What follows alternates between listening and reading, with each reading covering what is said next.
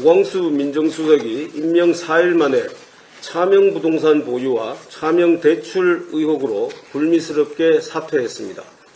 모든 인사검증의 책임자인 민정수석부터 검증에 실패한 것입니다. 검증 실패 자체도 문제지만 의혹이 처음 불거졌을 때 대통령실의 심드렁한 반응이 더 큰 문제였습니다.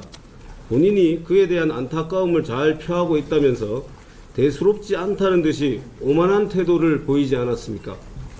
이재명 대통령은 인사검증 실패와 안일한 대응에 대해 깊이 직접 사과하고 다시는 이런 일이 발생하지 않도록 국민들께 약속하길 바랍니다. 김민석 총리 후보자의 재산 미스터리는 점입 가경입니다. 재산 2억 1천만 원 가운데 4인간 채무가 1억 4천만 원이다. 2008년 본인에게 불법 정치자금을 제공했던 사람에게 2018년에 또다시 돈을 빌리고 아직도 갚지 않았다. 그리고 같은 날에 9명으로부터 각각 1천만 원씩 총 9천만 원을 빌렸다는 사실을 도대체 어떻게 이해해야 할지 모르겠습니다. 김민석 지명자에게 불법 정치자금 제공에 이어 돈까지 빌려준 사람은 이번 대선에서 이재명 후보 선대위에서 체육위원회 공동위원장까지 맡았다고 합니다. 상임선대위원장이었던 김민석 후보자의 보은이 아닌지 김민석 후보자는 명확히 답해야 합니다.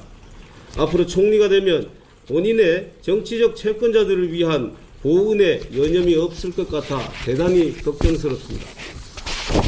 대통령은 음주운전 등 정과사범, 비서실장은 무면허 운전, 민정수석은 차명재산, 총리 지명자와 정무수석은 새천년 NHK 룸살롱까지 이재명 정권은 이미 그 시작부터 도덕성이 땅에 떨어진 정권입니다. 국민의힘은 제1야당으로서 인사청문회를 통해 날카로운 인사검증을 진행하겠습니다. 이처럼 민정수석 하나 제대로 임명하지 못하는 도덕성 제로 정권이 어젯밤에 특검에 칼잡이 3명을 임명했습니다. 조은석 특별검사는 문재인 대통령이 서울고검장에 임명하고 감사위원으로까지 임명했습니다. 특히 감사원에 있으면서 문재인 정권의 부패, 비리에 대한 감사를 매번 방해하고 사사건건 문재인 정부의 입장을 대변하며 대립했던 인물입니다. 최재해 감사원장이 민주당의 부당한 탄핵으로 직무정지 당한 사이 직무대행으로서 민주당에 유리한 방향으로 감사의 방향을 선회한 바 있습니다. 민준기 특별검사는 편향된 정치관을 가지고 있는 우리법연구회 출신입니다. 이명현 특별검사 임명은 조국혁신당과의 정치적 나눠먹기의 산물입니다. 이미 특검의 인선부터 이재명 정권의 입맛에 맞는 정치 편향성이 고스란히 드러나 있고, 이는 특검의 목적이 결국 야당 탄압, 정치 보복에 있다는 것을 보여주고 있는 것입니다. 국민의힘은 특검이 예고된 대로 야당 탄압, 정치 보복성 수사로 흘러가게 된다면 결코 좌시하지 않겠습니다. 민주당이 이재명 대통령이 취임한 지 열흘도 되지 않아 국가의 사법체계를 송두리째 흔드는 법안들을 발의했습니다. 검찰청을 아예 폐지하여 검찰의 수사권을 빼앗고 공소만 담당하는 공소청을 설치하는 법안, 검찰로부터 빼앗은 수사권을 행안부 산하 중대범죄수사청에 부여하는 법안, 그리고 이 모든 수사를 관할하는 국가수사위원회를 국무총리 산하에 설치하는 법안 등 총 4건의 법률안입니다. 먼저 이 법안들은 헌법이 예정하고 있는 헌법상 권한과 기관을 법률로 해체하려는 위헌적인 입법 쿠데타입니다. 헌법 제12조는 영장신청 주체로 검사를 규정함으로써 검사의 수사권을 규정하고 있고, 헌법 제89조는 검찰총장의 임명을 국무회의 심의사항으로 규정함으로써 검찰과 검찰청을 헌법상 기관으로 예정하고 있습니다. 이렇듯 헌법이 예정하고 있는 헌법상 권한과 기관을 하위 법률인 법률로 폐지한다는 자체만으로도 이미 위헌이 아닐 수 없는 것입니다. 두 번째로, 이 법안들은 국민의 인권 보장을 위한 현행 사법체계를 무너뜨리는 졸속 법안입니다. 현행법상 경찰이 1차로 수사한 사건에 대해서는 검찰이 필요시 2차로 보완 수사를 할 수 있도록 되어 있습니다. 검찰의 2차 수사권 자체에 이미 인권보장적인 기능이 있는 것인데 검찰의 수사권을 완전히 빼앗는다는 것은 그 자체로 이러한 인권보장 기능이 후퇴하게 되는 것입니다. 세 번째로 이 법안들은 수사의 정치적 중립성은 전혀 고려하지 않고 국가의 모든 수사권을 권력의 손아귀에 쥐어주는 법안들입니다. 이 법안들에 의하면 모든 수사기관에 대한 관리감독을 담당할 국가수사위원회를 국무총리 산하에 두게 되며 검찰이 수사하던 6대 중대범죄에 대한 수사권을 행안부 장관 산하에 설치하는 중대범죄수사청에 부여하게 됩니다. 법원조차 권력의 입김이 불기도 전에 알아서 눕는 마당에 대통령이 임명하는 국무총리와 장관 산하 수사기관에 모든 수사권을 준다면 그러한 수사가 공정하게 진행될 수 있겠습니까? 결론적으로 민주당이 추진 중인 이 4건의 법안들은 대법관을 증언하여 사법부를 소나기에 넣으려는 민주당이 검찰도 해체하고 모든 수사권을 장악하려는 사법 독재의 서막입니다. 또한 지난 문재인 정부 때부터 추진하던 검수완박의 종결판이자 이재명 대통령을 수사하고 기소했던 검찰에 대한 너무나도 노골적인 정치 보복입니다. 민주당에 강력히 경고합니다. 현행 사법체계를 뿌리부터 뒤흔드는 입법 폭거를 즉각 중단하기 바랍니다. 우리 국민의힘은 제1야당으로서 위헌적인 검찰 해체를 저지하고 이재명 정부의 수사권 장악을 위한 시도를 국민과 함께 반드시 저지할 것입니다. 이상입니다. 예. 질의응답 간단히 진행하겠습니다. 소속 밝혀주시고요. 편하게 질문 주시면 지정드리겠습니다.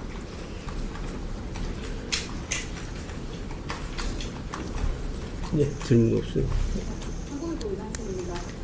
어제 재선 의원님들 의견도 그렇고 국내에서도 요청 대체해달라는 목소리가 나오고 있는데 소집 요구서는 아직 제출되지 않았지만 그걸로 이제 요청을 안 여는 거는 사실 안 열겠다는 의지 표명 아니나 이런 점 지적도 있습니다. 이에 대해서 어떻게 생각하세요? 의총을 취소한 것은 제가 이미 말씀드렸습니다마는 그 의총의 개최가 당내 갈등이나 분열이 더욱 심화되는 방향으로 비치지 않을까 하는 염려 때문이었습니다. 의총이 의결사항이라면 의총을 열어서 의결을 해야 되겠지만 이 부분이 의결사항이 아니고 또 계속해서 논의해야 되는 상황이기 때문에 퇴임하는 원내지도부가 이것을 계속 진행하는 것이 적절하지 않다고 생각해서 그래서 퇴임하는 원내대표님께서 취소를 한 것입니다. 그리고 그와 관련해서 어제 재선 의원님들 모임이 있었고 기자회견을 통해서 의총을 열어달라는 얘기를 들었습니다. 그래서 제가 그 모임을 주도하셨던 권영진 의원님과 통화를 해서 우리 당헌 당규상에는 10% 이상, 10분의 1 이상의 의원이 의총을 요구하면 의총을 열도록 되어 있습니다. 그래서 어제 그러면 의총 요구서를 제출을 하면은 오늘이라도 의총을 열겠다라고 얘기를 했습니다. 그런데 아직까지 의총 소집 요구서가 접수되지 않고 있는 상황입니다. 네. 네, 간단히 짧게만. 그동안에는 이제 텔레그램 방송을 통해서 요청 소집 요구하면 요청을 열고 이런 식으로 하고 소집 요구서를 제출한 적이 얼마나 있느냐 약간 이런 지적도 있는데요. 아니요, 그 부분은 이렇습니다. 텔레그램 방에서 의총을 소집하는 의사표현이 있을 경우에 그 의총 소집 요구에 의해서가 아니라 원내대표가 소집을 한 것입니다.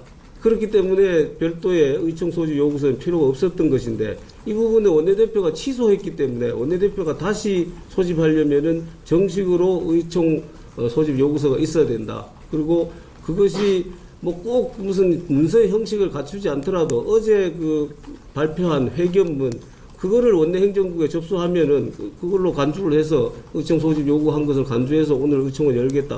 그렇게까지 제가 말씀을 드렸습니다. 네. 다양한 주제로 질문 주셨습니다.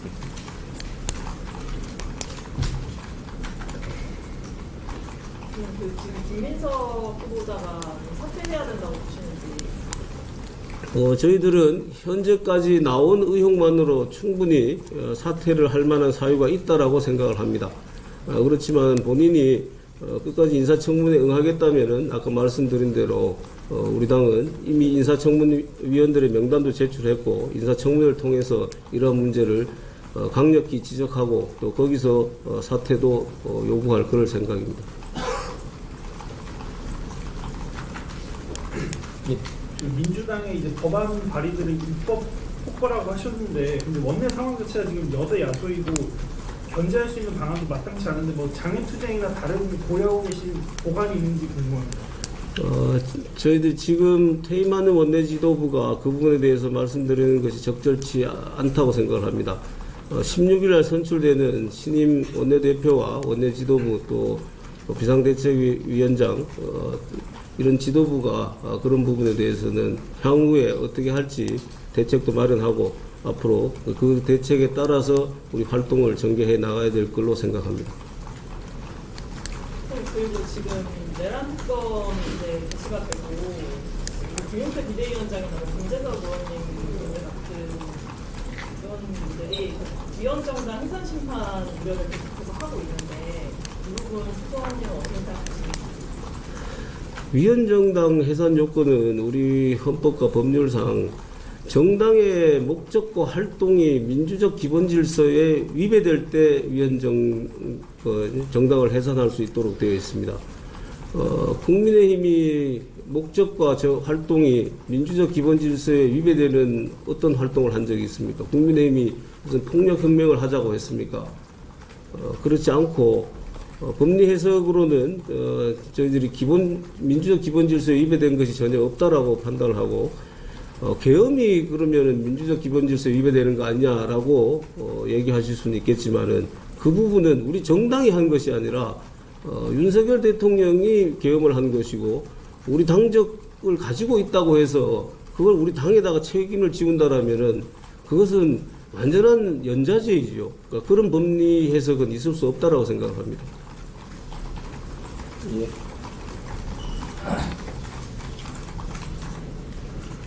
네, 그럼 요 정도